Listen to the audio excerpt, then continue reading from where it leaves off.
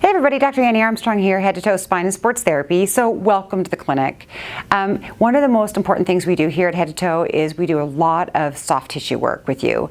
You'll be experiencing that as you work through your course of treatment with us. However, I want to make sure that you have all the foam rolling techniques down and available to you anytime you want to reference them or go back and perhaps learn a different area that we haven't taught you yet. So I'm going to start with my lower extremity and I'm going to work my way all the way up, and I'll teach you how to foam roll each part of your body. So we're going to actually start with the calves. Really easy to foam roll your calves. Now remember, the couple quick little rules of foam rolling is we want to stay off bone and we want to stay off bursa sacs. Now bursas are those tendon pillows, and I'll point out the important ones to you as we go along. So let's go ahead and start with our calves. So we've got a big wraparound of muscle here. Here's your shin bone, which is where you want to stay off of. We're going to go ahead and put that foam roller down. Now if your back is hurting you, I would suggest you lean up against a wall for this. We're going to go ahead, just put that foam roller under the meaty part of your calf. So that's this area right here. Let's stay off the Achilles tendon, which is a little lower here. You'll feel a big band of tough structure right here. So let's not foam roll this. Let's stay on the muscle of the calf. We're going to go ahead and put that calf on the roller. Go ahead and put the other leg over top. Now here I want to make sure that you keep your legs nice and relaxed, and we're going to let the foam roller soak into the muscle of the calf.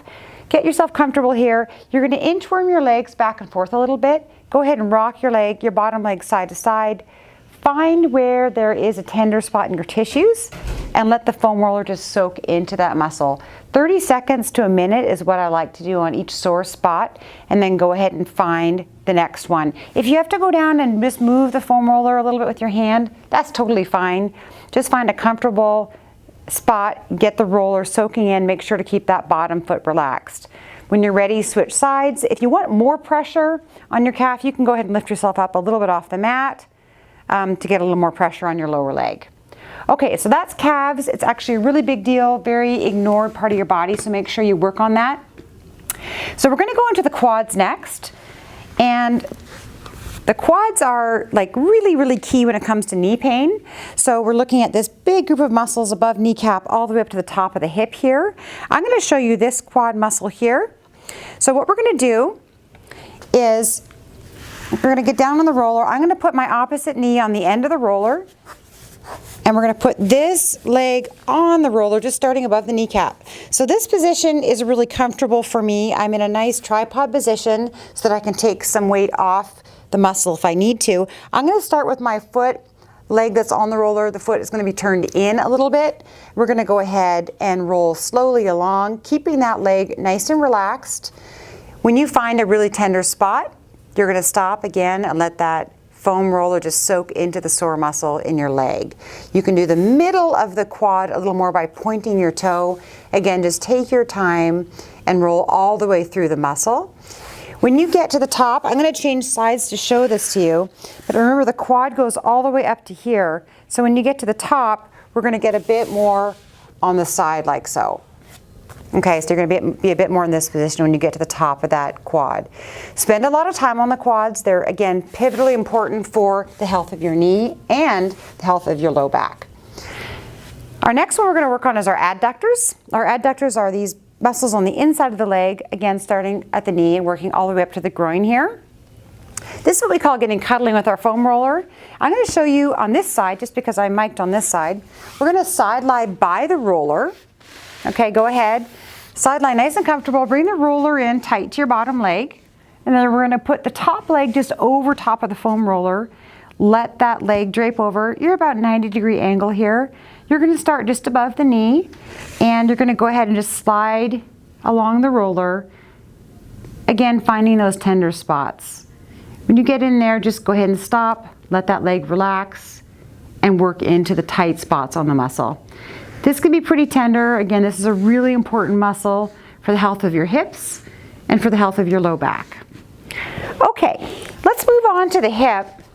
Again, we're going to be focusing on working just on the muscular piece of it. So this is where it's important to keep an eye on your bursa. So you've got a big bursa here on that prominent piece of your hip. As you slide your hands down, you'll find there's a little tender, perhaps a little tenderness here in your hip prominence. So we don't want to roll on that. We also don't want to roll in bone. So if you go ahead and place your hands on your hip and you'll feel the top of your hip bone, we want to stay off that bone. So these are locations we're going to be aware of as we foam roll the hip. So we're going to start with a muscle called the tensor fascia lata. Sounds like a delicious Starbucks coffee drink, but anyway, it's a little muscle that lies right here on the side of your hip. It's the muscular piece of your IT band. So we're going to go ahead and get ourselves side lying on the roller. Again, remember that little space I showed you in between the top of the hip bone and that bursa.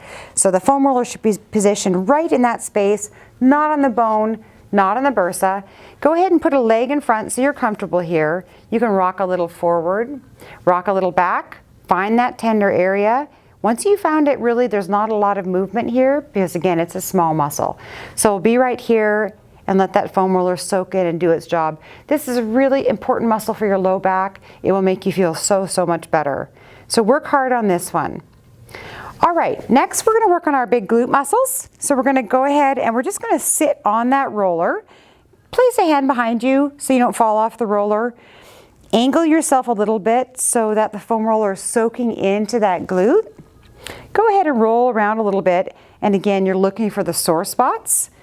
Get in there and let that foam roller soak through that trigger point. It'll feel really, really good for you, really comfortable, especially after a tough leg workout. Okay, so let's move on to the low back itself. Now, this is an important one again to know a little bit about anatomy where you're going to put the roller. So we're going to again find the top of that hip bone here, and then I'm going to have you feel the bottom of your rib cage. Now, I don't want you to roll right on your lower ribs here because you will actually, you could hurt yourself a little bit if you roll too much right on those lower ribs. So I want that roller right in between those areas on that big band of muscle you feel in your back. So it's a little bit of an awkward one to get positioned with.